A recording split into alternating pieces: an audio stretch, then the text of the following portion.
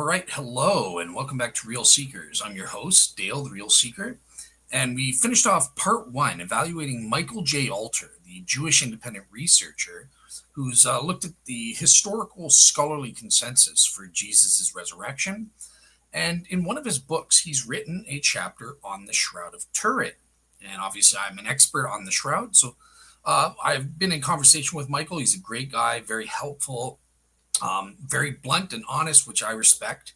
And I hope he appreciates my honesty and my honest evaluation of his Shroud chapter here as well. But we want to move on from part one to part two, continuing on with the topics that he covered, a total of 13 in his chapter from his book, The Resurrection and Its Apologetics, which you can buy on the Width and Stock website. Let's take a look at that. All right, so here it is, The Resurrection and Its Apologetics. Also, he has other books available on here, including The Hypothesis of Undesigned Coincidences, where he tackles Lydia and Tim McGrew. And not to be confused with Matthew McGrew. Some people are confused there. Lydia's husband is named Tim. And also, during the month of November, until November 30th, his book, A Thematic Access-Oriented Bibliography of Jesus' Resurrection, is half off if you put in the code that will be on the PowerPoint slides on my blog. And I'll put the information in the YouTube video description if you're interested.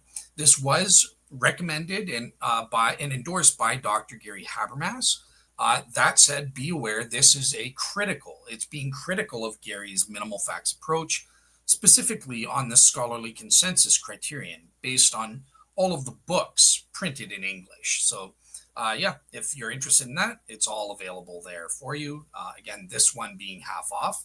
But for today, we are looking at this book, specifically Michael Alter's chapter on the Shroud of Turin. And on this front, he had a total of 13 topics. We covered topics 1 through 3 last time, the carbon dating, the Darcy Memorandum, as well as the Hungarian Prey Codex. Today, I want to cover topics 4 through 8, and actually, I'm going to include topic number 9 as well, which is the artistic evidences.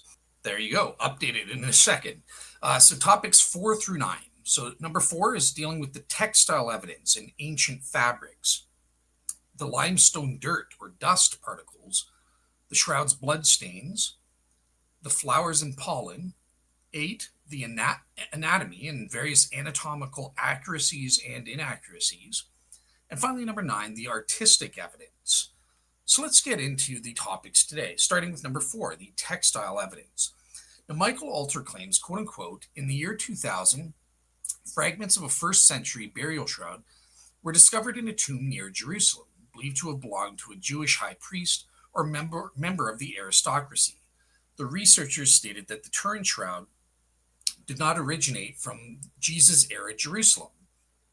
The Shroud of Turin was composed of the burial shroud found in the year 2000 was a simple two-way weave, unlike the complex herringbone twill of the Turin shroud. And once again, Alter cites everybody's favorite, the ultimate shroud skeptic, Hugh Ferry, who argues, quote unquote, looms capable of of creating 4 different sets of warp threads being successfully lifted clear of the rest to make 4 different, quote unquote, sheds through which the weft shuttle is passed are completely unknown to history, archaeology, or literature before the 12th century.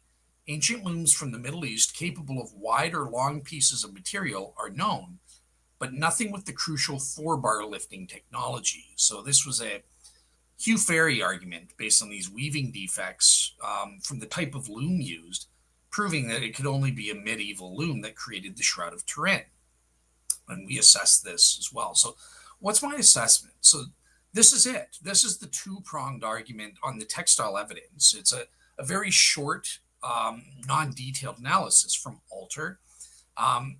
And he provides an analysis of the textile evidence related to the shroud.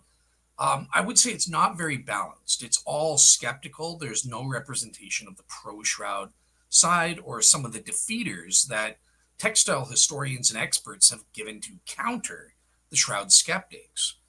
And this is unlike my own assessment of the textile evidence, whereby I go over in exquisite detail all of the pros or cons, including the two of the con arguments listed here by Alter. So you can see that, where I go over these details in my show on the textile evidence. Let me show that. So that's starting around the 40-minute mark, all the way until the end, 3.5 hours. My Shroud Wars panel review summary show number 1, part 4 of 4, where the first 40 minutes I look at the wax dating and stuff like that by Giulio Fonte, and then the rest is on the textile evidence. So as you can see, I go into great detail. And for scholarly sources, check out my blogs here. Now, of course, in terms of my own assessment here, these claims of the skeptics are unproven and or false, since we have many shrouds or textiles with a similar quality to the shroud. High quality, complex, even more complex than the Turin shroud herringbone weaves, 4-to-1 twills, 5-to-1 twills, dating back to ancient times, well, millennia before Jesus, up to and during the time of Jesus. And in terms of the 2000 discovery, so he's talking about Shimon Gibson and Dr. James Tabor, the famous skeptical scholar or shroud skeptic, who's a friend of the show. I'm friend with James Tabor. He's a great guy as well, just like Alter, very helpful. He even offered to take me on a private tour in Israel, which I know he's done for others, like Derek from Myth Vision, for example, of all these private access areas. So James is a great guy. He just happens to be totally wrong about the Shroud of Turin. I've done a show on this El Kadama finding, right? So remember, James Tabor claims 2000, he found this burial shroud and it was carbon dated to the 1st century AD or 1st century BC for that matter. If you look into the details, we don't know exactly, but most likely it's 1st century AD. And he goes, well, see, this is the only burial shroud that we have. Therefore, the Shroud of Turin is not like this burial shroud. Therefore, the Shroud of Turin must be medieval. And in my show critiquing James Tabor, I said, well, it's an obvious logical fallacy. For a philosopher and logician like me, this is the hasty generalization fallacy. And even noted PhD doctor textile experts and historians and archaeologists all agree with me that this is a hasty generalization to go, well, we have one sample, therefore every shroud from the 1st century had to be exactly like this. In fact, the archaeological evidence disproves that. We have a variety of different burial shrouds and textiles used as burial shrouds because for most poor people, they had to use regular clothes or a tunic as their burial shroud. They couldn't afford a shroud and that sort of thing. And there were exceptions, in a haste. You could use anything, any textile, as a burial shroud. It didn't have to actually be a burial shroud. And I think Alter picks up on rightly that the Shroud of Turin is not consistent with a 1st century burial shroud in terms of its dimensions and that sort of thing. What a lot of scholars think is it was actually a discarded temple cloth used in temple services. And I'll play a clip from that was defective. And that's why there's a strip along it. And was discarded, and that's how Joseph of Arimathea was able to purchase it in a haste to use as a permitted burial shroud in an extenuating circumstances. Here's the shroud neutral, Ada Grossi, in her paper called Jewish Shrouds and Funerary Customs, a comparison with the Shroud of Turin. In this paper, here's a quote from Ada Grossi on page 21. She says, as for archaeological evidences, we refer to the huge work published in 2005 by Rachel Hachele Lili. The bodies were wrapped in shrouds made of wool or flax, or as an alternative, in reed or palm mats. And then here's the part of great interest. So look, it's not true that these are the only burial shrouds we have. We have multiple archaeologically proven burial shrouds here. And they're all confirming in different sorts. They're not all one size fits all, consistent with the tomb shroud of James Tabor. So Ada Grossi says, quote unquote, of great interest are also the finds of Khirbet Kazoni in Jordan, for instance, a burial shroud made of wool dating back to the 2nd century BC, and those of En-Gedi, 2nd century BC as well, where the archaeologists identified a few textiles made of flax with burial shrouds. In many cases, these are kind of Greek cloaks or Roman sleeveless tunics. being used as burial shrouds here, or common clothes, or again, parts of garments reused to wrap corpses. The El Qadama shroud cannot be considered as typical of first century AD customs. In the first place, and the El Qadama shroud, that's the shroud that James Tabor is talking about. That's the one. And the one that Michael Alter is talking about, discovered in the year 2000, again by James Tabor and Shimon Gibson. He found. So they're saying this is not typical of first century AD customs. In the first place, because the loculus, or a niche where the shroud was, had been unusually sealed with white plaster. The man died from leprosy and tuberculosis. That's just what I said. Moreover, Grossi goes on, archaeological data have to be interpreted with due caution, at least on the grounds that the finds we know are just a minor part of what is still waiting to be dug in the Middle Eastern area. That's another point that I made. Thank you, Dr. Grossi, worldwide expert in the archaeology here, just like James Tabor, confirming I'm right and James is wrong on this. So that's the logical fallacy of hasty generalization that Michael Alter and James Tabor are doing here. We found one burial shroud. It's the only, according to them, it's the only burial shroud from the first century AD that we know of. Therefore, every other burial shroud has to be exactly like this. Even though we know this, in this particular case, this is an atypical case because of the circumstances of the man's death. So not only is it a hasty generalization, it's also has a false basis because we know for a fact this is not a typical burial shroud. It's not a typical burial. So that refutes this first contradiction. But what about the ultimate shroud skeptic, Hugh Ferry? Clever, crafty little fox, Hugh Ferry here. So he does come up with an objection based on the warp and weft defects in the shroud, and this is suggestive of only a medieval loom. Now, what do I make of this? Unfortunately for Hugh, Hugh is lying about this because, as we can prove, and as Hugh himself noted when he was on my show during the panel review, there is actually an ancient loom dating back to Jesus Christ of Nazareth's time in 30 AD. And before, known as the warp-weighted loom. And this matches this medieval treadle loom on this front. It would produce the same defects. Now, what I think Hugh is doing here, the reason he's dismissing the warp-weighted loom as an option is because it's on the basis of two experiments that he did. He basically hired one textile worker, a modern textile weaver, to try and use a warp-weighted loom to recreate these shroud defects or these features of on a textile similar to the Shroud of Turin. And this person couldn't do that. They failed to do that in the two attempts they made. So therefore, Hugh goes, oh, see, the warp-weighted loom can't produce this. But this is an insufficient experimentation. Just two attempts by one textile expert. Try others. This was an insufficient testing.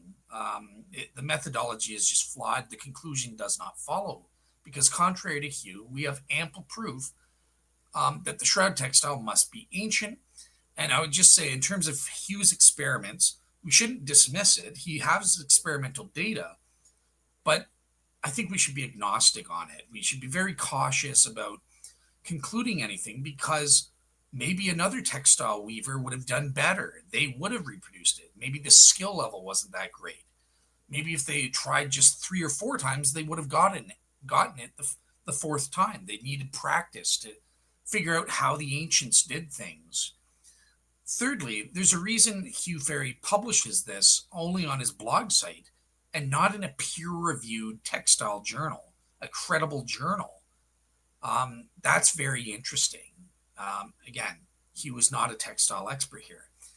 And contrary to Hugh, we actually have ample proof that the shroud textile, from actual experts, that the shroud must be ancient and not medieval. Impossible for the textile to be a medieval fabric. So here are just 3 of these incredible evidences. So the first is from a textile historian, Dr. Methchild Fleur-Lemberg. We met her in the Hungarian Prey Codex section. She said the stitching pattern is most comparable to the stitching pattern found on a textile at the Jewish fortress of Masada, dating between 40 BC to 70 AD. So this is in a PBS documentary from Secrets of the Dead. Methchild Fleury-Limburg, again, worldwide expert. She was the one, the carbon-14 scientists wanted to select the carbon-14 sample in 88, and she was the one in charge of the 2002 restoration project of the shroud. She worked on the shroud with her own bare hands, as you can see here, and her own personal eyeballs. Worldwide expert, contradicting Hugh Ferry. This is what she says. Fleury-Limburg had originally been approached back in the early 1980s to try and date the shroud by analyzing the structure of the cloth. She refused because she says it is impossible to get a serious result dating a textile by textile analysis alone. When Fleury-Limburg finally did agree to head the restoration and conservation of the linen in the summer of 2002, the shroud had a far different story to tell her. She first noticed the entire cloth was crafted with a weave known as 3-to-1 herringbone pattern. She says, quote unquote, this kind of weave was special in antiquity because it denoted an extraordinary quality, she says. Less fine linens of the first century would have had to be 1-to-1 herringbone pattern. That same pattern is present on a 12th century illustration that depicts Christ's funeral cloth, which she says is extremely significant because it shows the painter was familiar with the Shroud of Turin and that he recognized the indubitably exceptional nature of the weave of the cloth. Fleury-Limburg also discovered a peculiar stitching pattern in the seam of one long side of the shroud, where a 3-inch wide strip of the same original fabric was sewn onto a larger segment. The stitching pattern, which she says was the work of a professional, is surprisingly similar to the hem of a cloth found in the tombs of the Jewish fortress of Masada. Incredible, folks. The Masada cloth dates between 40 BC and 73 AD. The evidence, says Fleury-Limburg, is clear.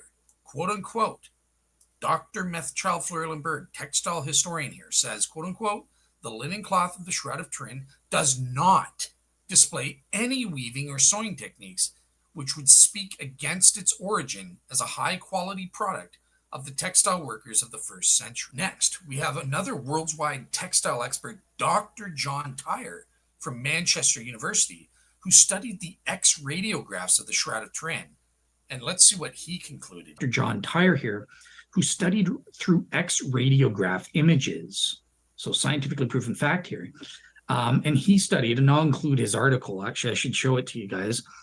But he kind of compared and contrasted the medieval patches. There were patches on the shroud to cover holes that we know date from the medieval period, and versus the shroud. And he says this quote, he says, I am very interested in the comparison that can be made between the altar cloth used to patch the shroud. Remember, shroud skeptic Hugh Ferry thinks that the Shroud of Turin is an altar cloth.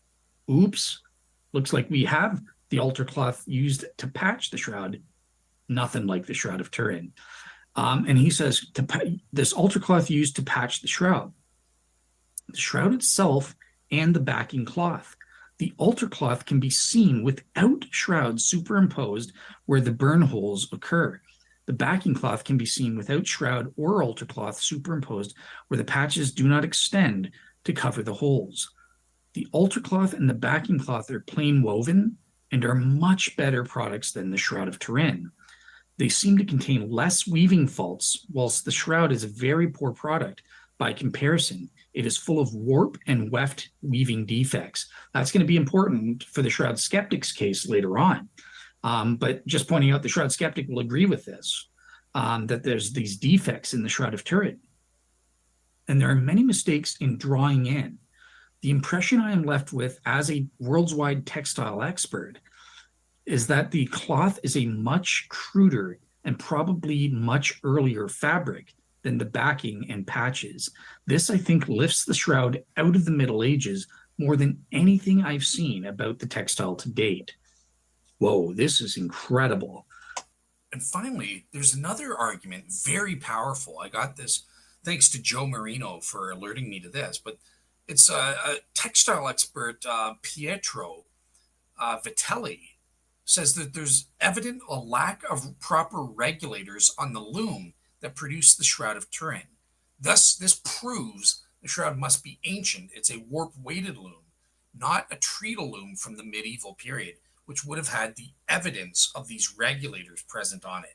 Let's take a look at that clip. Based on the loom technology, proves the shroud's not medieval and in fact dates to ancient times, consistent with the first century and being the date of Jesus.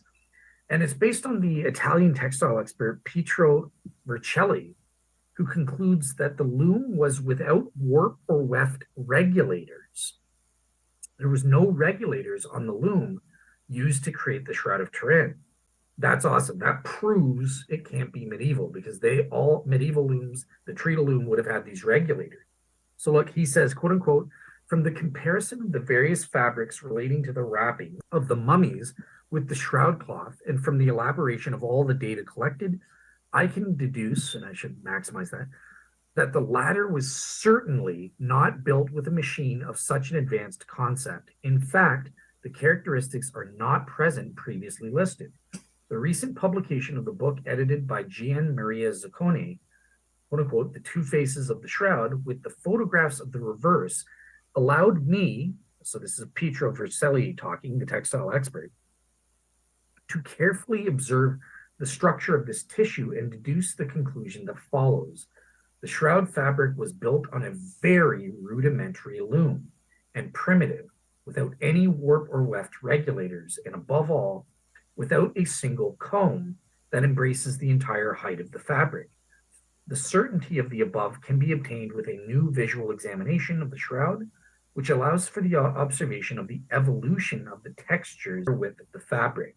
All of these pro-shroud factors, Michael Alter just overlooks entirely. He only presents a one-sided view. So I think the ancient fabric section, again, that may be all Michael Alter was aware of, but I think it could have been better if it was more balanced and gave some of the evidential factors on the other side, the pro-shroud side as well. Okay, number 5, the dirt particles, the limestone dust. Now, once again, Alter doesn't provide too much detail in this section of his chapter, but what he does present is very fair and balanced. I think he's comes across neutral here. So he cites a 1986 article, The New Evidence May Explain Image on the Shroud of Turin. Chemical tests link shroud to Jerusalem. And this was by Eugene Dentowski and the American crystallographer Joseph Kolbeck. And Alter says that the evidence is indicative of Jerusalem limestone dust, a very unusual signature that it has. But it's not exclusive. It's not totally unique. And on that front, it could be from Jerusalem, but it could be from elsewhere. And I do think this is very true. One thing I would say, I wish Alter recognized why the heck is there just so happening to be correspondent limestone dust consistent with Jerusalem. Maybe not absolutely conclusive that it is Jerusalem or definitive that it was Jerusalem, but it's just happens to be consistent with the limestone dust of Jerusalem. And the limestone dust is put in these appropriate spots where a human body would have fallen, the knees, the feet, the tip of the nose, stuff like that. Why would some medieval artist do that? There's no assessment of this kind of thing, this medieval genius thinking of everything. I bet you in the 20th century, they're going to have technology to detect limestone dust. I better run to Jerusalem and get some dust and sprinkle it on the shroud in certain places so I can fool them. Why is this limestone dust here? This is indicative that there's a real human corpse that fell down in limestone dust that is consistent with Jerusalem, I would say. That aspect's never evaluated here. It's more than just, can we prove that it was from Jerusalem or not? Who cares about that? That's a minor thing to prove. Even if we can prove it's from Jerusalem, that's great. That's amazing. But there's still other relevant aspects to the limestone dirt particles that we're finding. Things that prove this is not some medieval artwork, for example. I also find it interesting that Alter neglects one of the best proofs that the shroud predates the medieval period, as he has no section at all on the headcloth known as the Sudarium of Oviedo, a cloth that is historically known to date back to as late as 570 AD or earlier in Jerusalem, meaning it could go back to the first century. At the latest, it's 570 AD. There's powerful forensic and anatomical evidence that has been published proving the Shroud of Turin and the Sudarium covered the same corpse, at least the same head, based on the bloodstain patterns and the body fluids, as well as the estimations of the anatomical proportions. And I just want to play, because the Sudarium is such powerful evidence, and Michael Alter just neglects this entirely, I want to play a Sudarium expert, Cesar Barta. He's written an academic book on it. Now, he's from Spain, and that's where the Sudarium of Oviedo is held. So he's one of the experts studying the Sudarium in person here.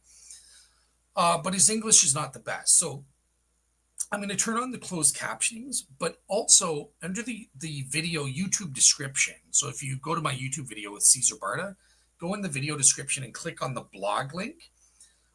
Cesar was kind enough to write out his answers in English for me. So if you're having trouble understanding him, you can also read it in written English to help you understand his answers. But for now, I just want to play Cesar Barta, a 10-minute clip from him on the Sudarium of Oviedo and what he knows as an expert, including his remarkable peer-reviewed 2015 paper about a new coincidence on the shroud based on the limestone dust at the tip of the nose. Let's take a look now. And actually, before we go to that, I'll just show you. So this was Cesar Barta. Based on the X-ray fluorescence, the shroud has this unusual, unique, high peak of concentration of limestone dust, again with a signature consistent with Jerusalem, just like the Sudarium of Oviedo has this high spike right at the tip of the nose. It's almost like the tip of the nose was pressed into some limestone dust for both of these cloths. Incredible. But yeah, let's get back to Cesar Barta's video clip here. When the corpse of a man was apparent and died an hour before, the Sudarium of Oviedo was put around the head. This is a more clear showing of the arrangement. And now we can see how this was put maybe in this way. You see it? Yep. Upside, yep. Okay. The red line simulates the Sudarium, no? And they, by this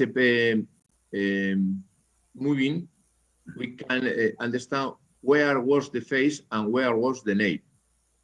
Okay. You see? Do you see? Yep, it's drawn up. Okay. This part of the face was the forehead, and this part was the nose and the mouth. Okay. And this part was the nape. This is the lock of hair in the back of on the neck. Okay. And these are the bones of the crown of thorn. Okay. Okay. This maybe it's difficult to see, but this drop of blood is only the half of the drop, because in the middle of this drop there are no quantity of blood, and in the shroud there are the other part of this drop when the face of both clothes are matched. Okay, this may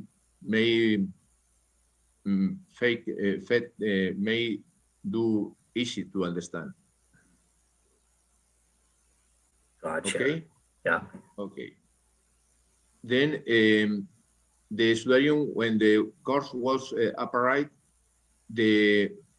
all the stain below the nose was performed, where arrived the stain of the bloody stain arrived when below the nose, when the corpse was upright.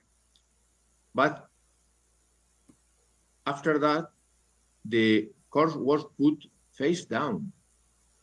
And in this moment, the above the nose, the forehead stain became in place. This is the outline of the stain in the Sudarium of Oviedo, and at the left there are images of the Shroud of Turin, and the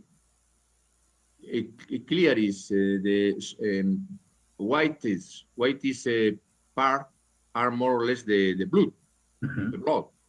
Then we turn a little this outline on the face of the shroud. This part matches with the epsilon, and this is the drop of blood that is the half in the Sudarium and the other half in the shroud.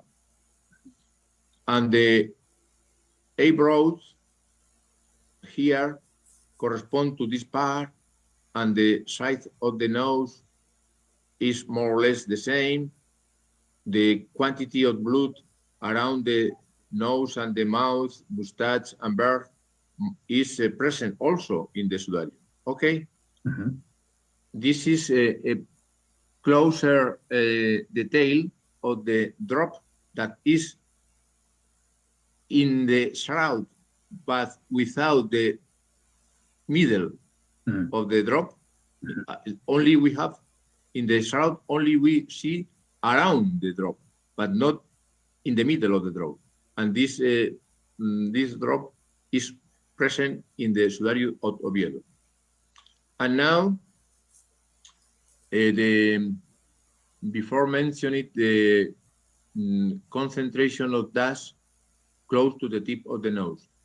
At the right, we see the test of the shroud in 1978, and there was a high concentration of dust just in this point, and the 3 points in the Sudarium of Oviedo that correspond to the same point, anatomical point of the face, also show the highest concentration of dust. This is not expected; it's an unexpected finding. Dust in the nose. Okay, I think this is enough to understand my research. Right, so as you can see, that was an incredible presentation, and from Caesar Barta there.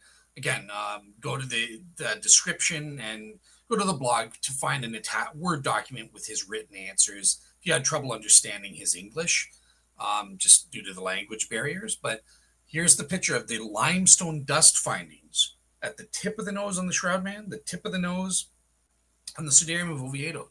This uniquely high signature of limestone dust that just happens to match that from Jerusalem. What are the odds of that? All right, so let's move on from the Sudarium of Oviedo and the limestone dust findings to Michael Alter's 6 point on the bloodstains. He mentions Dr. Walter Macrone's findings, but he also mentions the pro-shroud problems with it. And I think he does a pretty good job of being balanced on this front in presenting both sides. Are they made of blood or not? And obviously, as Michael Alter will know, the ultimate shroud skeptic Hugh Ferry admits there is blood. Walter Macrone was just wrong in his conclusion. The bloodstains are composed of blood. The only question is there also paint present? Were the bloodstains ever touched up with paint, perhaps? But Walter Macrone's thesis was just wrong. We've absolutely proven beyond all reasonable doubt that there is blood on the shroud, and even Hugh Ferry admits that, despite agreeing with Walter Macrone that there is also maybe some paint. Now, obviously, I do find it interesting that Michael Alter does have a glaring error in that he never cites the STURP scientists Dr. Al Adler and John Heller. These are probably the most important because they looked at all of the samples as well as more in a more rigorous fashion with more control samples and proper scientific methodology. And they came to the opposite conclusions of Walter McCrone in terms of the bloodstains. And I think one of the most compelling presentations by Dr. Al Adler at a conference in 1986, where Walter McCrone was present and presented his findings, Al Adler gives, at least for the popular layman, the most conclusive argument based on Occam's razor. Let's play that clip now. We, in fact, have very good evidence that, in fact, the blood is blood. We can reconcile all the things that Walter has used saying it isn't blood with, in fact, our test by simply looking a little bit deeper at controls and looking at the types of evidence that have been advanced. I showed you how with an ad hoc hypothesis, like Joe would use, that you could rule this out. But we rule that out by Occam's razor because he needs about a dozen compounds to explain what I explained by one compound. That's the difference in the way scientific literature works. If you tried to put those 15 compounds as an explanation in this into the literature in a referee journal, it would be bounced instantly. Now, we have a conclusion from this testing. Our conclusion is that the blood images are in fact derived from, in fact, the blood of a man who was severely beaten. And therefore, they got on this cloth by contact, and therefore we conclude that this cloth, in fact, probably enwrapped a human wounded male body, one that had been subjected, in fact, to some form of severe shock. And certainly from the crucifixion marks and the wound marks and all, it's not hard to find out what the source of the shock would be. So as you can see, as Dr. Al Adler rightly points out, you can believe as a desperate skeptic like Joe Nickel or Walter McCrone that the blood is composed of paint. 12 to 15 different types of paint you would have to propose in the scientific peer-reviewed journal paper in order to account for all the data Stirp proved. It's not just the two, vermilion and red ochre. We need 12 to 15 compounds. That is not simple. That is a violation of science. Blood explains all of the data perfectly.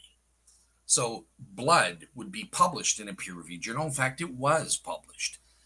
Al Adler and John Heller had their work published in credible peer-reviewed science journals versus Walter McCrone, who cheated and published in his own journal, his own findings, the Microscope. And I will give credit to Michael Alter. He did find the one other journal that McCrone was not the editor of, the Chemistry Association, which did publish it. But I'll tell you this, they have a conference every year. They invited Walter McCrone one year. And the following year, they invited Barry Schwartz, who presented Al Adler and John Heller's work. And all of the chemists, the PhD chemists there, were saying, this is incredible. You've totally refuted Walter McCrone and his nonsense. We had no idea that the evidence was that bad, that he botched the job that bad. And they were congratulating Barry Schwartz, who's a photographer and not a chemist, such as Dr. McCrone. And yet he, just based on the scholarship and the pure science, he refuted McCrone totally. And I like that Michael Alter cites relevant defeaters from other pro-Shroud reps. Now, he also cites Garlashelli's BPA, or blood pattern analysis paper findings, which was published in a credible peer-reviewed journal, Journal of Forensic Sciences, and was based on actual 2 scientific experiments. However, the problem is Michael Alter doesn't go into the pro-Shroud defeaters on this, and I wish he had, because the experiments, again, were botched. When the skeptics come up with their conclusions, they're just complete non sequiturs on these things. They used faulty methodology, irrelevant and debunked methodologies, and had false starting assumptions, such as pretending the body was just in one position, when we know for fact the blood flows on the shroud were created in different positions. When he was on the cross, his arms were up. When they brought him in, when they were carrying the cross. So things like this really refuted this BPA analysis. They also had things where they used runny red water for the experiments for the blood flow, and that wouldn't be anywhere near consistent with a dehydrated man in hypovolemic shock who had been scourged and whipped, like in Jesus' case. So the comparison is irrelevant. Or, comparing human skin, bashed and battered and dirty and all that, with the skin of a clean plastic mannequin. That's not comparable at all. So the blood flow pattern analysis is totally irrelevant to the Shroud of Turin and the circumstances of the Shroud Man. Let me just play. I actually did it in my own show detailing all of the problems here, but I'm just going to play a couple of clips from immunologist, blood expert Dr. Kelly Kears refuting this BPA thing, as well as another pro-Shroud expert, Mark Antonacci, who's a lawyer and works with forensic experts. And they say this is total bunk. So let me just play a couple of those clips. So in the first place, here's the Walter McCroney thing. And here's my video, Shroud Solo Show Part 13B, Supplemental and Direct Contact Mechanisms in the 2018 Blood Pattern Analysis Experiments. Here's the plastic mannequin in the runny red water, not consistent with the blood on a Shroud Man, a real human being, which would be coagulated and all of this, and that sort of thing, right? So, but yeah, I go into the details here. I'm just going to play a couple clips from the experts now. Perfect. Okay, so going back to the skeptical end now, another article that I'll be putting in sources that I'm sure you're aware of is the recent BPA or blood pattern analysis experiments by Garlish-Kelly last July. So yeah, that apparently it's been forensically proven. These bloodstains are fakes, artistic fakes. Yeah, what do you make of these experiments and their conclusion? Yeah, so he's going to use try to look at the wound on the wrist to show the pattern blood that runs down the arm. It's not the same on the shroud. Look at the pattern of blood from a side wound running down. It's not the same on the shroud. They use real blood. For some of the studies, they had anticoagulant added to it, also had preservative added to it, been in the refrigerator before a week, anticoagulant. I don't know. That's a good route to realistically go. Other experiments were done with synthetic blood. Synthetic blood, sometimes when people use it, they'll put cornstarch in it to kind of thicken it up. It's not the real consistency you want. Now, he didn't use cornstarch or anything like that. But I don't know, those are really a true fair test of what it might be. And I think the main issue, apart from those things, the anticoagulant, those experiments where that was used, and I don't think that's a really appropriate thing. But bigger than that, in general, I think there are just too many variables. What about some sweat, some grime on the arm? That could have certainly affected blood flow. Jesus would have been severely dehydrated. That would have affected the viscosity of the blood. Temperature, Mark Lynn's work on temperature could certainly have an effect on clotting. So I think there are just way too many variables. I don't think you can do a study like this and say, well, we found that it didn't match the pattern. And here is pro-Shroud expert and lawyer Mark Antonacci. He has two very short 10-minute, but yet jam-packed with great detailed refutations of this experiment. I'm just going to play about 5 minutes or so, just to give you an idea of some of the problems here. A recent paper by Matteo Barini and Luigi Garlicelli called A BPS Approach to the Shroud of Turin was recently released by the Journal of Forensic Sciences. This article contains the bloodstain patterns from two sets of experiments that the authors conducted. In the first set of experiments, blood was released from an overhead bag at the wrist on the back of the man's forearm. And in the second set of experiments, blood flows are made to flow on a plastic mannequin, and that blood was originally released from a small sponge. From these experimental results, the authors conclude that the bloodstain patterns on the Shroud of Turin are unrealistic and indicate that they're the product of an artistry or were faked. In this video, I want to discuss the faulty experiments that were conducted by these authors and the necessarily faulty conclusions that they made. In the first set of experiments, one of the first things that should be noted is that the authors use an anticoagulant in the blood. This prevents blood from coagulating, which it naturally does when it leaves the body.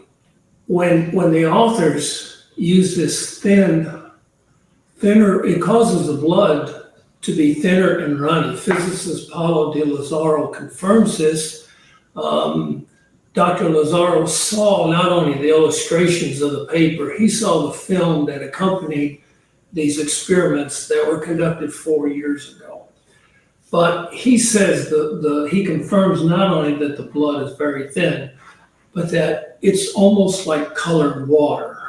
In their experiments, when they release the blood from the wrist, it runs straight down to the elbow when they're holding the arm in the vertical position. From these results, the authors conclude that the blood stain patterns on the forearm of the Shroud of Turin are unrealistic because they didn't match theirs.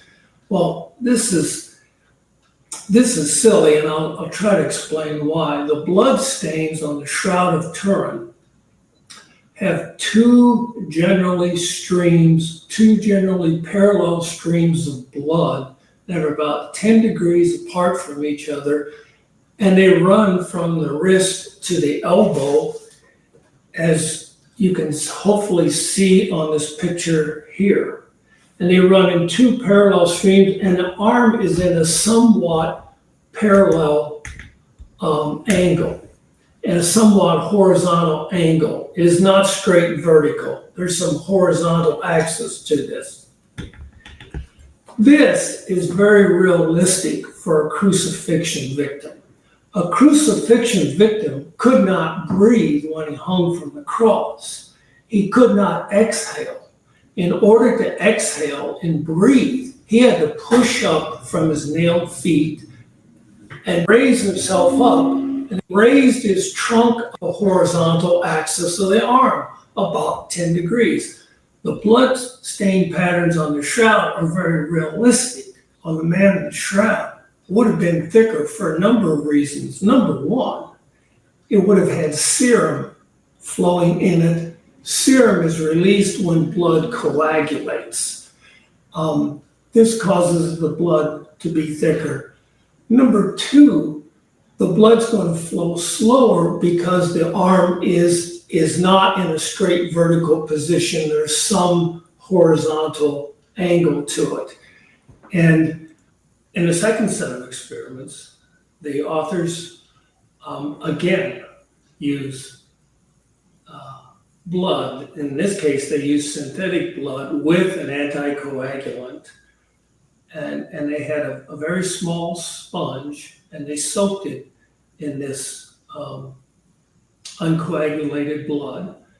And then they put it on the end of a stick about the approximate shape of a yardstick, but maybe half as long as a yardstick.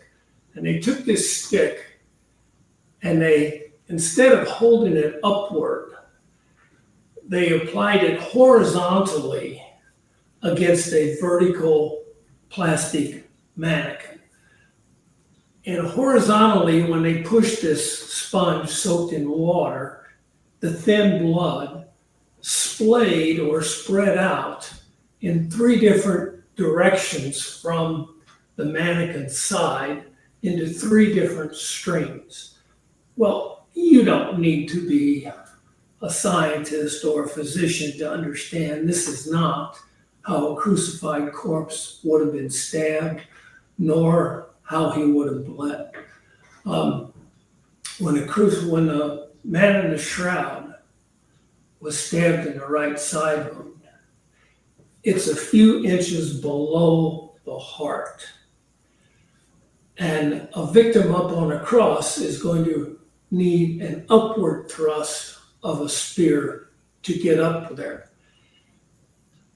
And the right auricle appears to have been pierced on the man in the shroud. The right auricle fills with blood upon death. Now, in addition to the other reasons that I discussed earlier, the blood from the man's side wound would have been even thicker than the other blood on the shroud because the fluid that came out of the side wound also had a clear fluid from the pleural cavities in the body. And the blood's only going to escape out this one hole because there's only one puncture there. It's not going to come out in 3 streams. And there's the most abundant amount of blood is in this location. And it goes straight down and it comes to the curve at the bottom, the narrower part of a suspended victim, and the narrower part of his lower body. I once asked stirp scientist Don Lynn, how did the blood go across the back of the man in the shroud, around the small of the back? And he said, he related to me some experiments that the stirp scientist did when one of the a volunteer person who held himself suspended in the position that the man in the shroud was in when he received the post-mortem spear wound.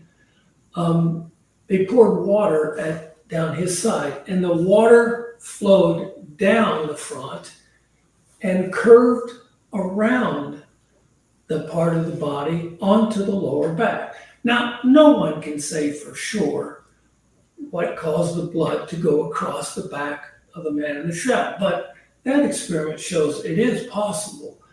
The authors in their book says, well, because they couldn't duplicate the blood flow across the lower end of the back, then that again shows unrealism of the blood on the shroud. And again, it couldn't be more backwards, because in another set of experiments, right after that, they took the same sponge, the same anticoagulated blood, and they pushed it on a mannequin that was laying down horizontal, and they pushed it on his side again.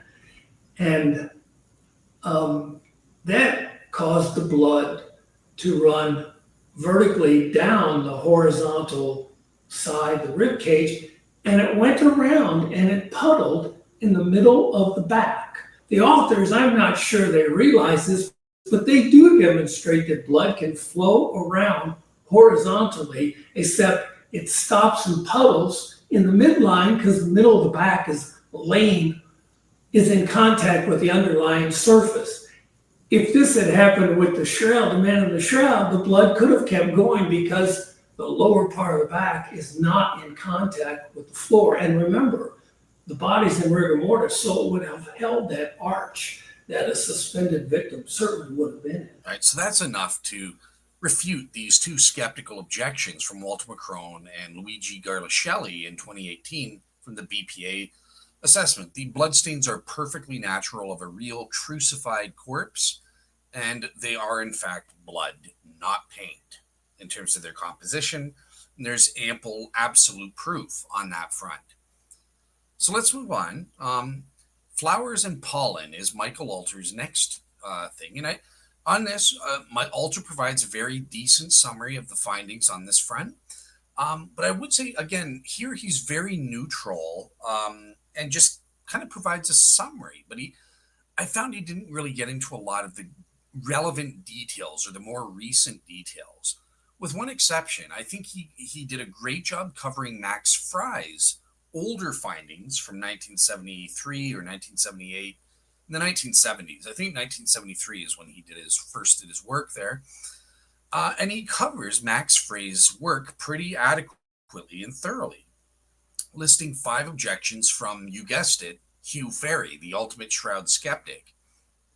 And I think these objections have merit. I remember when I read one of Hugh Ferry's blogs here and did some preliminary investigation into this, I think Hugh raised, and Alter here raised, good objections. So what are these 5 objections? Number 1, he identified too many plants from too few samples. This is from subsequent investigators, all say this. His identifications were far too precise. And even back in 1998, Ulrich Baruch, a palynologist with the IAA, examined 34 of Frey and Schultzer's pollens and could only confirm 3 of them at the species level. Really, I think we're better trying to improve at the genus level. 3, his range of pollen was unrealistic. 4, his range of pollen does not match a typical pollen assemblage. And 5, he published no photographs for independent verification. I just want, in terms of defending Max Frey did excellent work. Remember, he is a pioneer. He invented the field of palynology. So he didn't have access to things like the PALDAT, which is the world's largest database of palynological data. He was the one who kind of invented and innovated the field.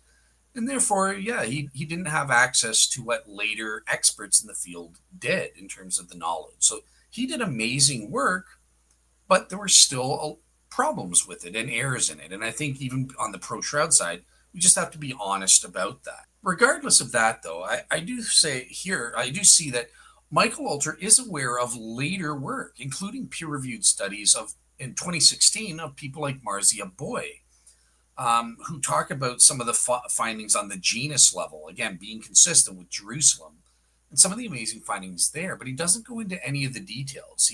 He just cites it. And that's a little bit too dismissive. I think he kind of tries to dismiss the more recent work on the pollen and the flowers by hand-waving it away with quotes from Joe Nickell and Hugh Ferry again, who say, well, maybe there is some, it got on there through deliberate contamination. That's Joe Nickell. Or Hugh Ferry says, well, maybe they were placed there out of devotion and during religious rituals. They didn't just get on the cloth naturally from being in Jerusalem or something like that. And again, these are suggestions that need to be taken seriously. But at the same time, I think Marcia Boy's positive results favoring the Shroud of Turin need to be taken a lot more seriously by Michael Alter than they are in his chapter, rather than just sort of mentioning them. Finally, Alter seems to be totally unaware of an incredible pollen grain finding, which actually helps to prove the date of the shroud to ancient times. And this was a grain that was embedded in one of the bloodstains, so it got on there at the original time of the bloodstains, on the Sudarium of Oviedo. Again, Alter doesn't even talk about the Sudarium of Oviedo evidence at all in his book. That's a glaring error in my books. But basically, we found this pollen on the Sudarium, which belongs to ancient funeral practices, which we know historically stopped being used after the great crisis of the Roman Empire in the mid-200s AD, or around 230 AD.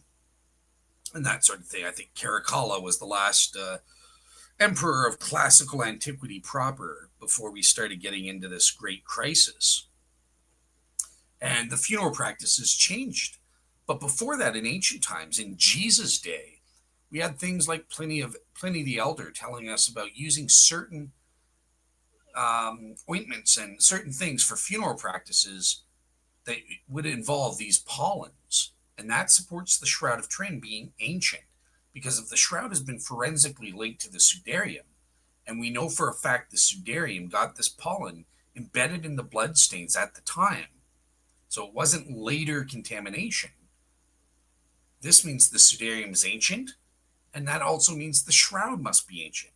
Let's take a look at my Great Shroud debate where I talk about this pollen finding. Finally, we have the pollen studies here. And essentially, I'm not going to be looking at Max Frey's stuff or any of the controversial stuff. I'm only looking at Boy's 2016 peer-reviewed findings.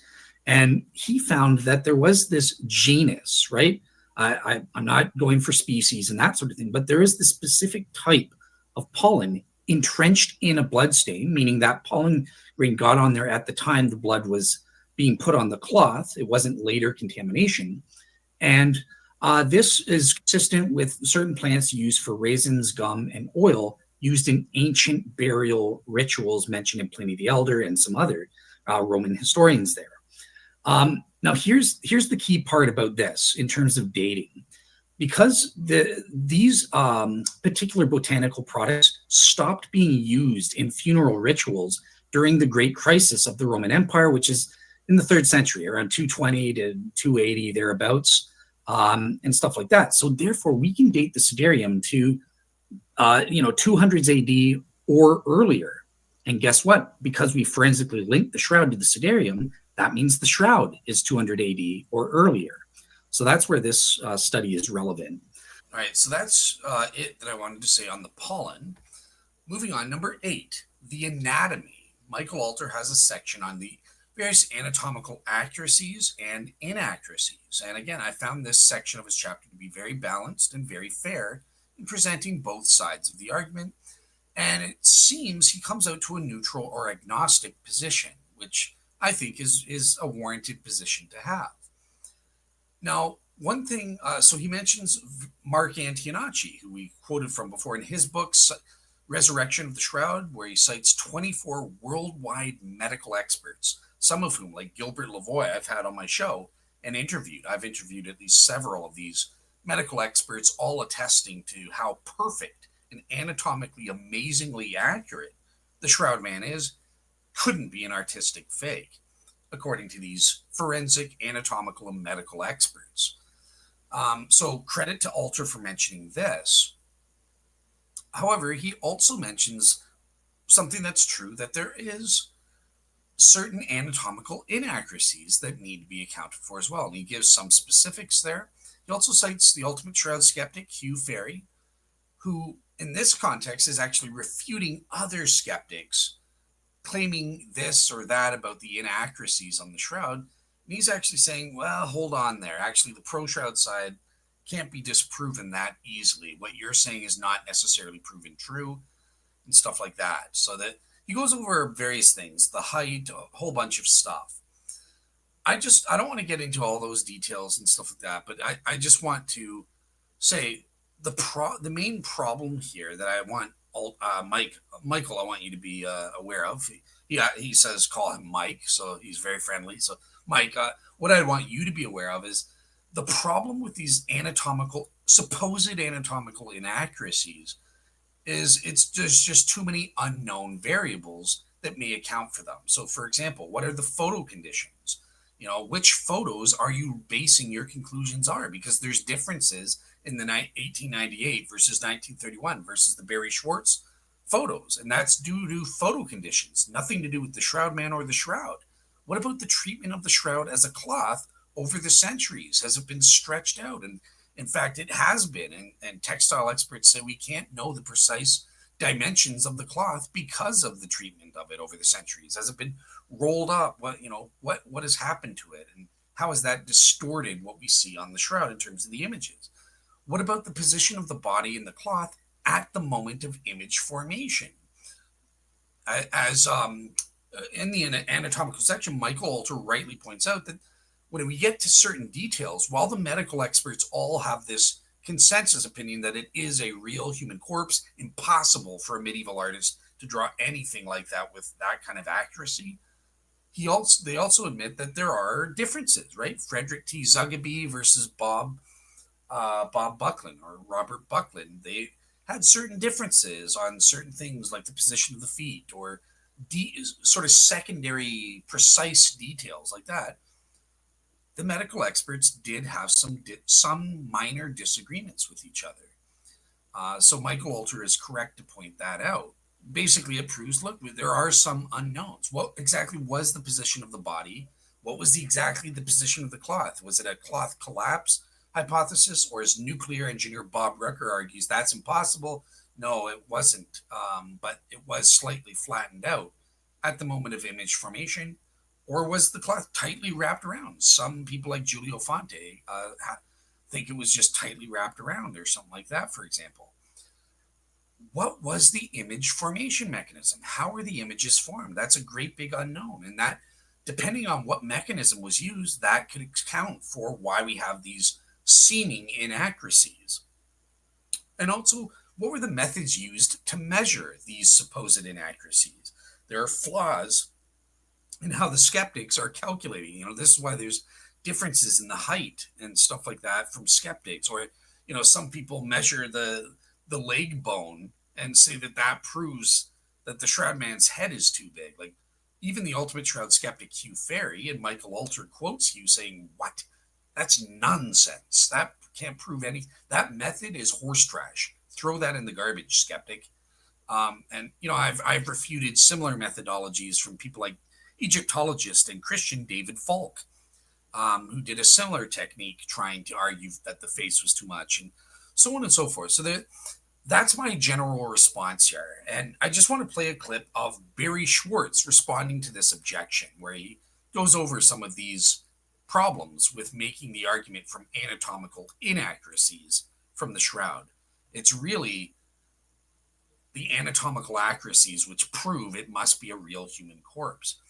And in fact, before I go to Barry, the anatomical inaccuracies. So, for example, one of the thighs on the shroud man is way too thin. It's like a little chicken leg compared to the other nice fat thing. Now, if it covered a real human corpse and radiation, a burst of radiation, that makes perfect sense. It covered a real body, and it's due to something called the tenting effect, where one leg was raised above the other and was therefore closer to the cloth, whereas more of the leg on the other leg was further away from the cloth. And as we know, the image is attenuated after 4 centimeters, so less of that leg got encoded on the cloth, therefore making it appear like a thin little chicken leg.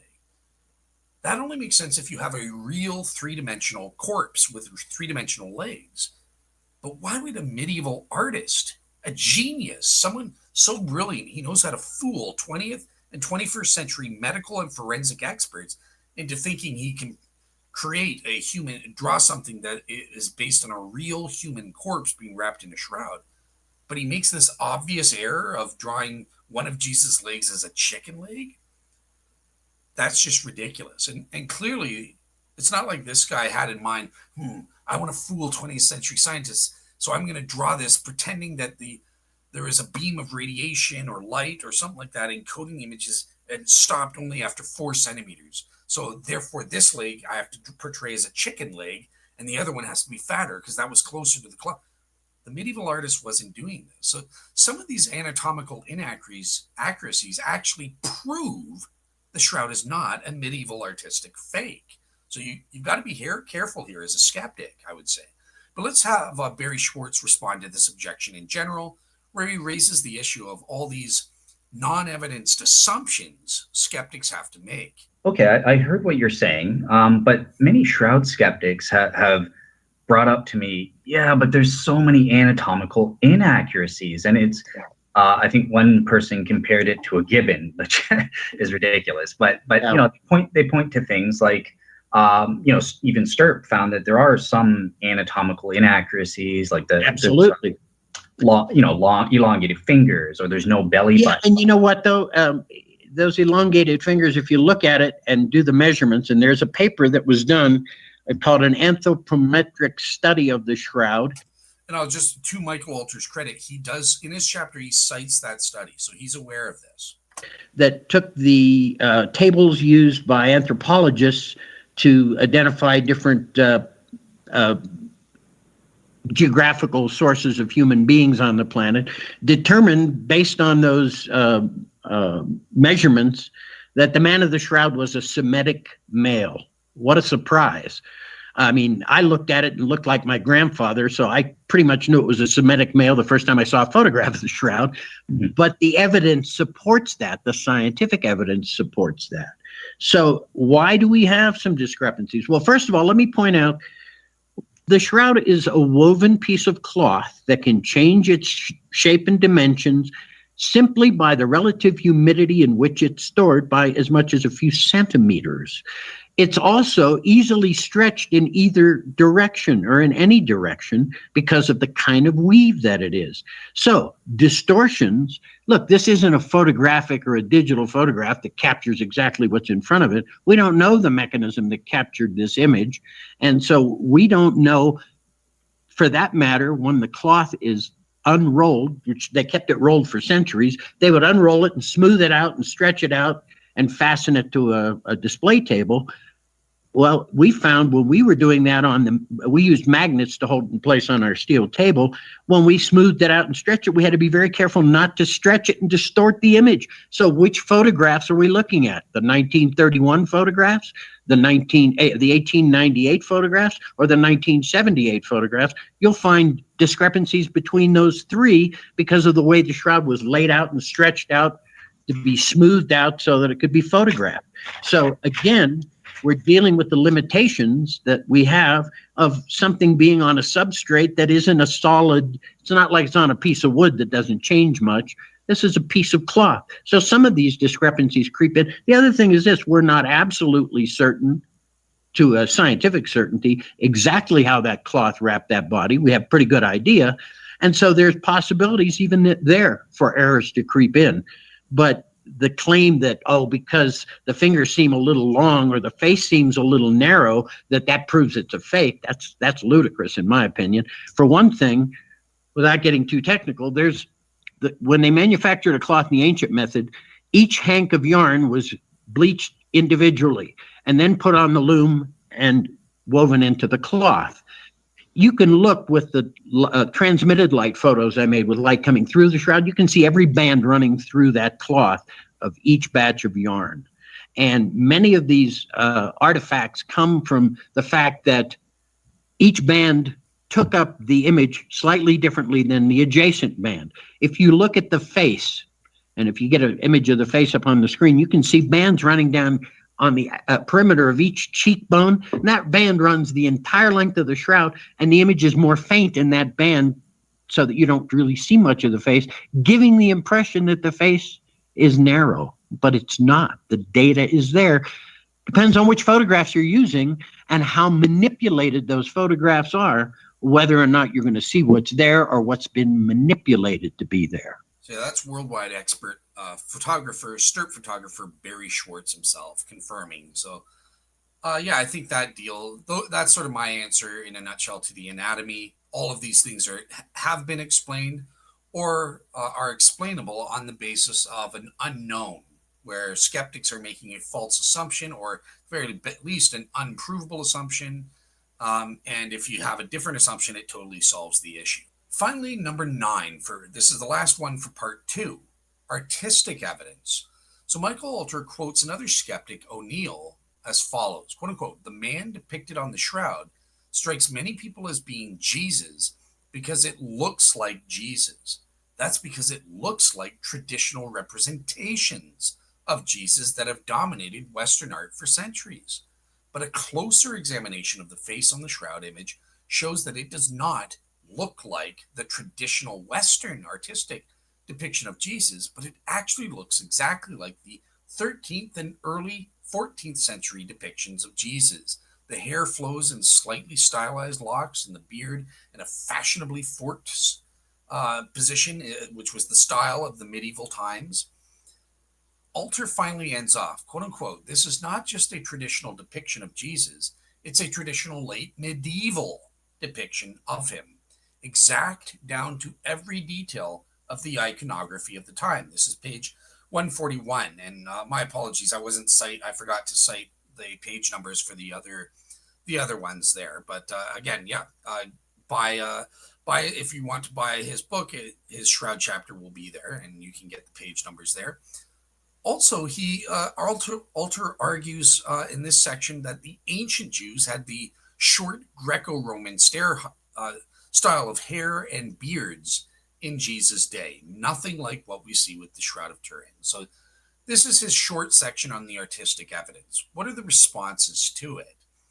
Firstly, the art history argument explains why Jesus was portrayed this way, starting in the 4th century through the 6th century onwards and into the medieval times. It's because all the artists are copying the shroud. Once the shroud images start getting known, depending on whether you take the image of Edessa hypothesis, as Ian Wilson lays out, starting in the 6th century under his history for the shroud. Before that, it was lost in a wall.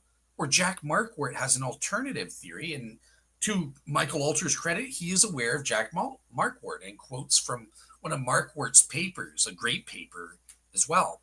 But Jack is different. He says it was in Antioch until the 6th century and that sort of thing, and it became known to select people in the 4th century, and that's why we start getting bearded pictures of Jesus at that time.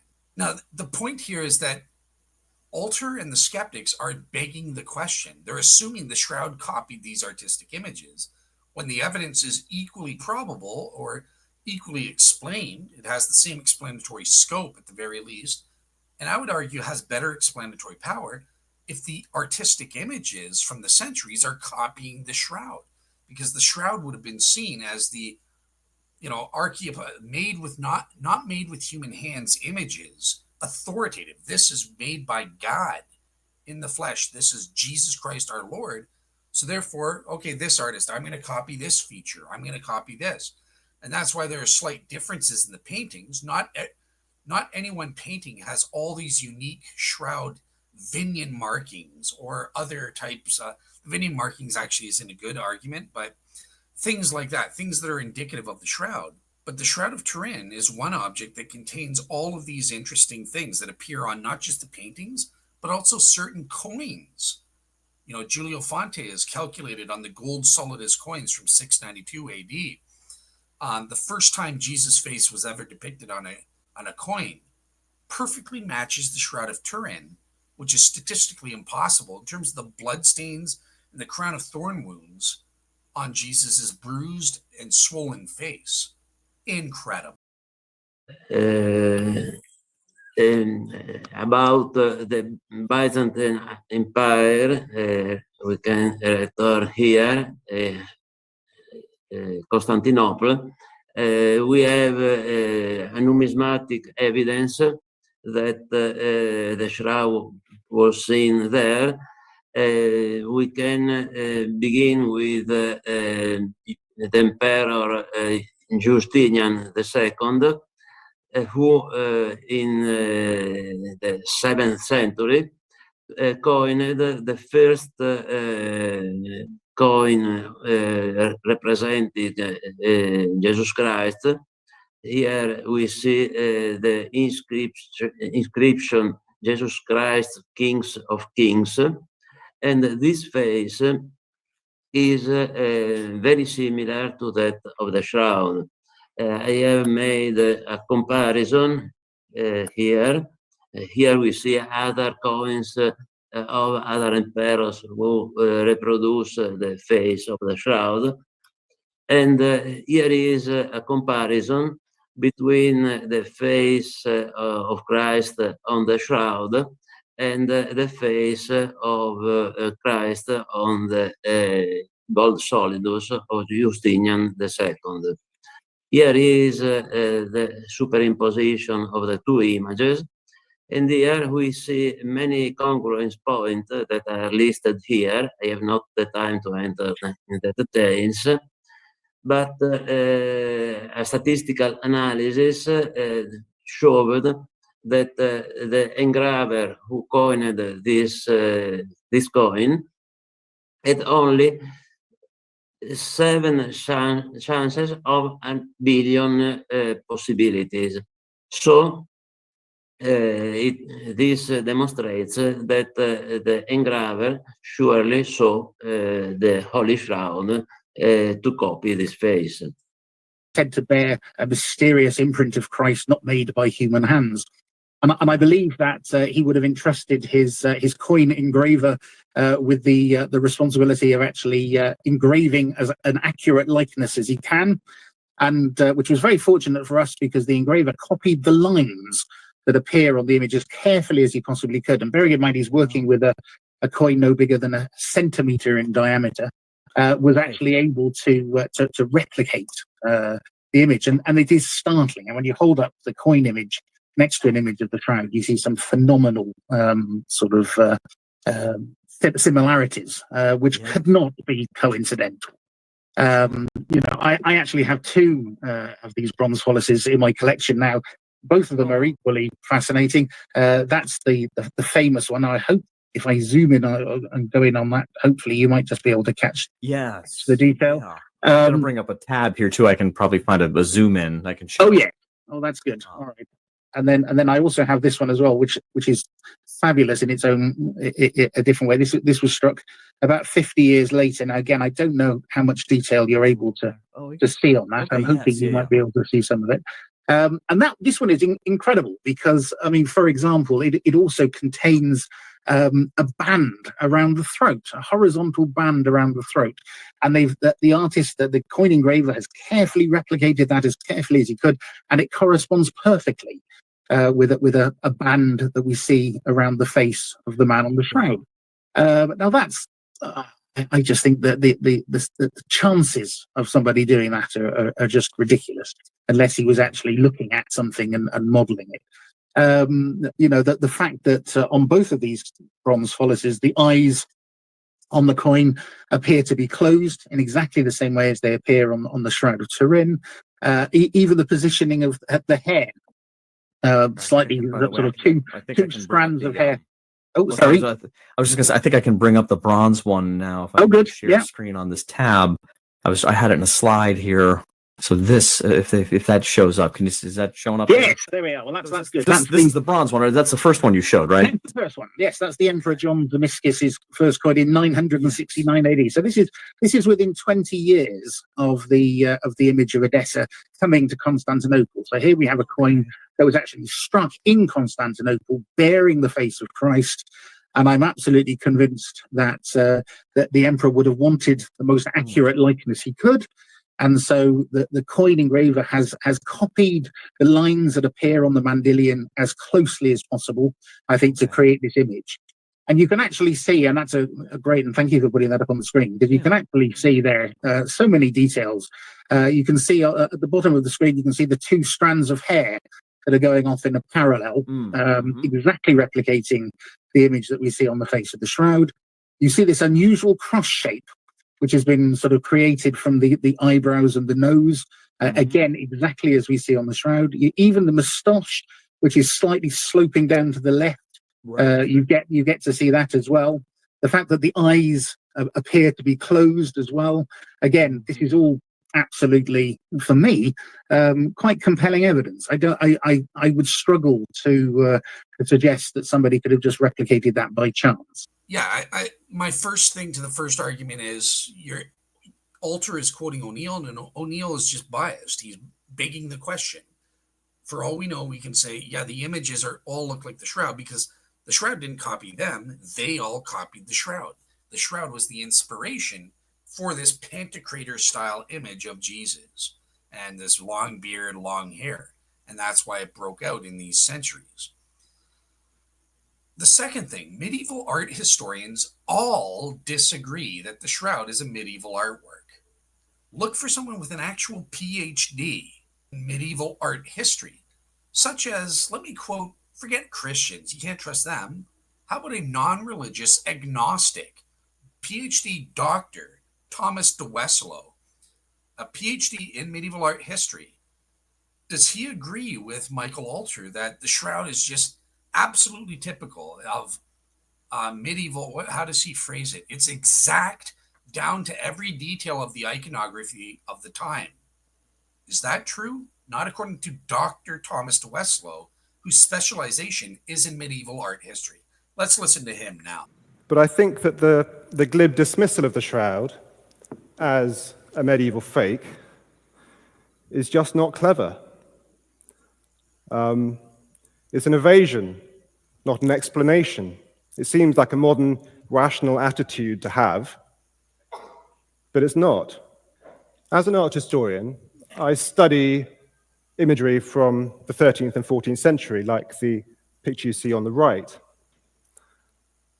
Now, if the shroud is a medieval image dating from around this period, art historians like me ought to be able to look at it and study it and tell you who painted it, how they painted it, where it was painted, and so on.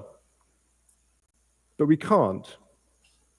And the reason is that it's not like any medieval image. Here's one obvious problem. The image you see on the left is the image on the shroud. This is the cloth image, just showing the facial area. Now, it's a very sort of mysterious mask, but it contains an extraordinary secret. Because when you photograph it, and this was done for the first time at the end of the 19th century, you discover that tonally reversed, that odd mask, which is all people would have seen in the Middle Ages, it contains this extraordinary, astonishingly realistic, positive image. It's amazingly realistic, like a photo. Now, this would have been completely beyond anyone painting in the 14th century. I show you on the right, this wonderful painting by Simone Martini. It's an artist I've studied. And it shows you how people were painting the face of Christ in the 14th century. Now, it's very obviously stylized. You can see the brush strokes, you can see the outlines. Unlike the shroud image, which is basically just like a modern photo. And no one in the Middle Ages would have wasted their time, even if they could have done, producing an image like you see on the left, that you could only appreciate if you photographed it, and then you could see the true quality of the image, the amazing figure in the middle. So, in my view, it just doesn't make sense as a medieval image. There's another reason as well, and that's that the image is vanishingly faint. It's so faint that if you get closer than about 6 feet away, it melts into the cloth. You can't actually see it. So no one could have produced an image they couldn't even see that when they were making it. From an art historian's point of view, there's another reason to doubt that this could be a medieval work of art. If you wanted to fake a holy shroud in the Middle Ages, you didn't need to create a forgery so brilliant that scholars like me and scientists working in the 21st century would be fooled by it. All you needed to do was to paint one. And what I've got on the right of the screen there is the Holy Shroud of Besançon. It's actually an accurate copy of it because it was destroyed in the French Revolution. Now, this was very obviously just a medieval painting. You can see how stylized it is. But until it was destroyed, this shroud was thought to be an authentic relic of Christ's burial. This image was thought to be a miraculous imprint. So you didn't need to forge the perfect forgery in the Middle Ages. People were gullible in those days, especially when it came to religious relics. In short, the idea that the shroud is a medieval work of art is simply untenable. It doesn't look like a medieval work of art, it's not made like one, and it's certainly not conceived like one. And that's why art historians like me, or not like me actually, have completely ignored the Shroud of Turin over the course of the last century. It just doesn't fit into the history of art. Incredible. From Dr. Thomas de Westlow, the world's expert, non-religious agnostic himself. Alter, I think you were wrong in this assessment, and the experts disagree with you on this. Finally, we come to what about various scholars confirm that the Shroud Man is perfectly inconsistent with the ancient Greco-Roman style that Jews had. Well, so Michael Alter, in a personal email to me, mentions that Gary Habermas supposedly confirmed this as a problem, the number one problem for the Shroud, or a very important problem for the Shroud. Again, I don't want to quote private emails and stuff, so I'll just keep it very generalized to that. And I responded to him saying, well, that's the opposite. I think Gary, from what I've seen, Gary says that this is one of the most common objections from lay skeptics, shroud skeptics who don't know any better, who say this is a big problem. But he says it's perfectly easily answered, and he did so in his book with Ken Stevenson back in 1990. So I've got a quote. This is from Stephen Jones' blog, Does Long Hair of a Man on the Shroud? So you can go to my slides, which will be on my blog, in the YouTube video description for this, and you can click on the blog and read the fullness of this. But here's just one quote from Dr. Gary Habermas on this issue about Jewish standards in ancient times. Did they have short, curly hair, or could they have long, shoulder-length Shroud of Turin style hair? Dr. Gary Habermas, biblical scholar, worldwide resurrection expert, says this, quote unquote, 1. What constitutes long hair depends on one's own culture's subjective view. 2. Paul himself would probably have had shoulder-length hair, as that was the norm for Jewish men of his day. And 3. What Paul was speaking about, so 30 AD to 50 AD, what Paul was speaking about is men who wore their hair in styles peculiar to women, not the length of the hair, the style of the hair. In 1 Corinthians, Though the question of long hair seems overly naive, it is frequently asked.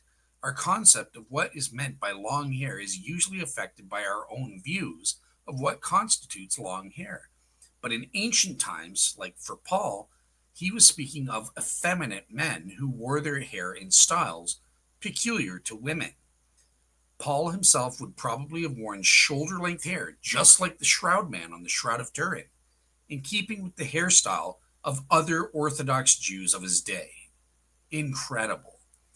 As a matter of fact, the traditional style for an Orthodox Jewish man of 2,000 years ago is much the same for him today. A ponytail of hair and side locks, precisely what we see on the Shroud of Turin. So that's Dr. Gary Habermas refuting this objection. There's nothing inconsistent, and I've had Mark Neer, even the ultimate Shroud skeptic Hugh Ferry on a show with Mark Neer, confirming, yeah, we can't dismiss the Shroud on naive understandings of what Jesus would or wouldn't have looked like. Another option not mentioned here, but Michael Alter would be aware of this one, is, the Nazarite vow. Maybe Jesus is an exception. Even if it was the standard, people could have exceptions. Some people could have longer hair than others, and that's not a problem. He would have been, okay, I'm taking a Nazarite vow, or I'm the Messiah, so I'm doing something special. There's nothing contradictory with the biblical data or our first century knowledge. And in fact, I actually proved archaeologically on the Arch of Titus. This dates from 70 AD, actually. But so it's too late, right? Because these are Jews in exile being brought to Rome, so maybe their masters are forcing them to have short hair. But even there, I caught 2 Jews with, and I saw this in person back in 2014 when I was in Rome. I was standing, touching and looking at the Arch of Titus. I can't remember if there's a fence there, but I walked right underneath it and was looking at it. And there are 2 Jews that had shoulder length hair at the back, just like the Shroud of Turin and the sides.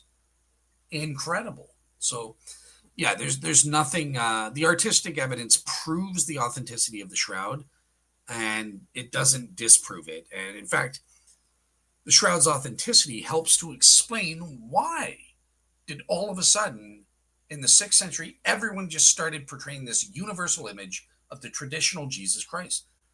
That requires an explanation. Where did that come from? And the usual skeptical, naturalistic hypothesis, they wanted to portray him like Zeus. That's what happened. These things fail in one way or another. No, it looks like there is an authoritative image, the Shroud of Turin, and they go, well, this is what Jesus looked like, so we have to start portraying him this way. That makes a lot more sense. It's the better explanation for the data that we have. All right, well, that's the end of part 2.